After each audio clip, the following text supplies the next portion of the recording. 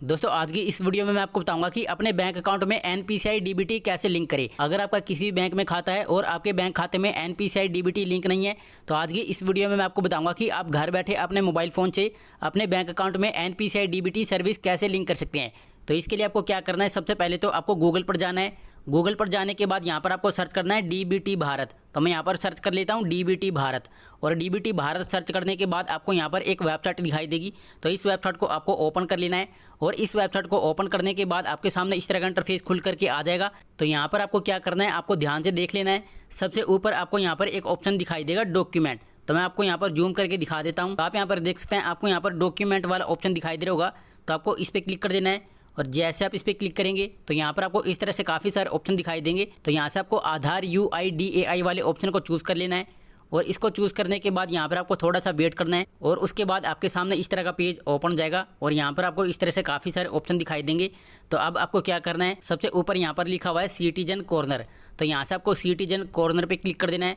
Citizen corner पे जैसे आप क्लिक करेंगे तो यहाँ पर आपको इस तरह से काफ़ी सारे ऑप्शन दिखाई देंगे। तो सबसे पहले आपको क्या करना है, आपको यहाँ पर एक ऑप्शन दिखाई देगा सिटीजन बैंक अकाउंट आधार लिंकिंग स्टेटस। तो आपको इस वाले ऑप्शन पे क्लिक कर देना है, और इसके बाद आपके सामने इस तरह का इंटरफेस खुल करके आ जाएगा। तो यहाँ पर आपको क्या करना है, आपको नीचे की तरफ स्क्रॉल डाउन करना है, और नीचे की तरफ स्क्रॉल डाउन करने के बाद आपको यहाँ पर एक ऑप्शन दिखाई देगा बैंक सीडिंग स्टेटस। तो यहाँ से आपको बैंक सीडिंग स्टेटस वाले ऑप्शन पे क्लिक कर देना है, और इस पर क्लिक करने के बाद आपके सामने इस तरह का पेज ओपन जाएगा। तो यहाँ पर आपको क्या करना है, सबसे पहले यहाँ पर आपको अपना आधार नंबर डाल देना है, और आधार नंबर डालने के बाद यहाँ पर आपको कैप्चा कोड डाल देना है। मैं यहाँ पर अपना आधार नंबर और कैप्चा कोड डाल देता हूँ, और आधार नंबर और कैप्चा कोड डालने के बाद आपको यहाँ पर एक ऑप्शन दिखाई देगा लॉगिन विद OTP। तो यहाँ से आपको लॉगिन विद OTP पे क्लिक कर देना है। इस पर क्लिक करने के बाद आपके आधार कार्ड से आपका जो भी मोबाइल नंबर लिंक होगा तो उस पर एक OTP आएगा। तो यहाँ पर आपको OTP डाल देना है, और OTP डालने के बाद यहाँ पर आपको लॉगिन वाला ऑप्शन दिखाई देगा, आपको लॉगिन पे क्लिक कर देना है। और लॉगिन पे क्लिक करने के बाद आपके सामने इस तरह का पेज ओपन हो जाएगा, और आपके जिस भी बैंक में एनपीसीआई डीबीटी सर्विस लिंक होगी तो यहाँ पर आपको अपने बैंक का नाम देखने को मिल जाएगा।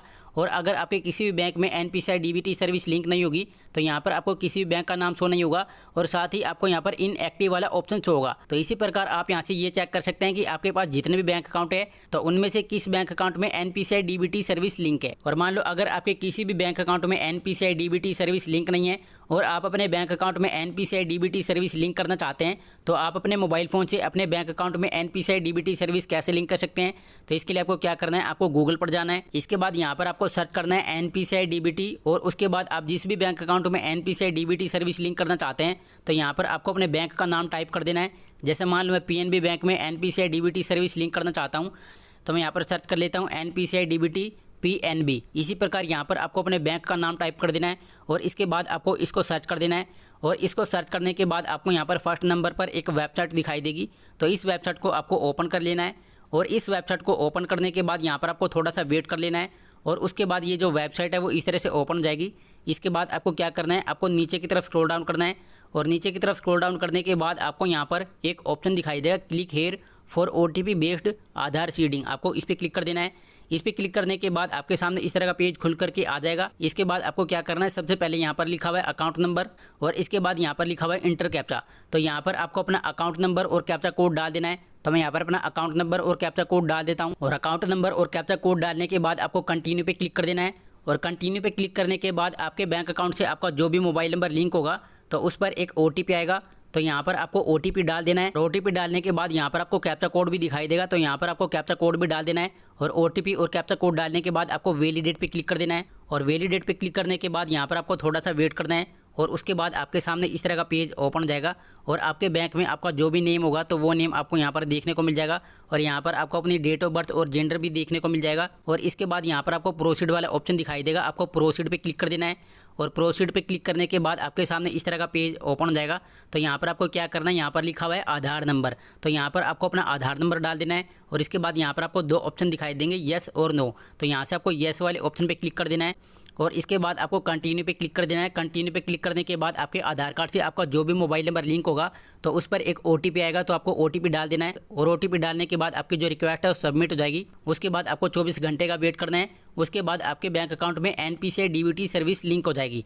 तो इसी तरह से अगर आपका पंजाब नेशनल बैंक में अकाउंट है तो इसी तरह से आप अपने बैंक अकाउंट में एनपीसीआई डीबीटी सर्विस लिंक कर सकते हैं।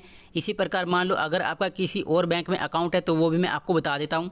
इसके लिए आपको फिर से गूगल पर जाना है और गूगल पर जाने के बाद आपको यहाँ पर फिर से टाइप करना है NPCI DBT और उसके बाद आपको यहाँ पर अपने बैंक का नाम टाइप कर देना है। जैसे मैंने यहाँ पर टाइप कर दिया है इंडियन ओवरसीज़ बैंक। इसके बाद मैं इसको सर्च कर देता हूँ और इसके बाद यहाँ पर आपको एक वेबसाइट दिखाई देगी, तो इस वेबसाइट को आपको ओपन कर लेना है। और इस वेबसाइट को ओपन करने के बाद आपके सामने इस तरह का इंटरफेस ओपन हो जाएगा और यहाँ पर आपको एक ऑप्शन दिखाई देगा आधार सीडिंग एंड ऑथेंटिकेशन। आपको इस पर क्लिक कर देना है।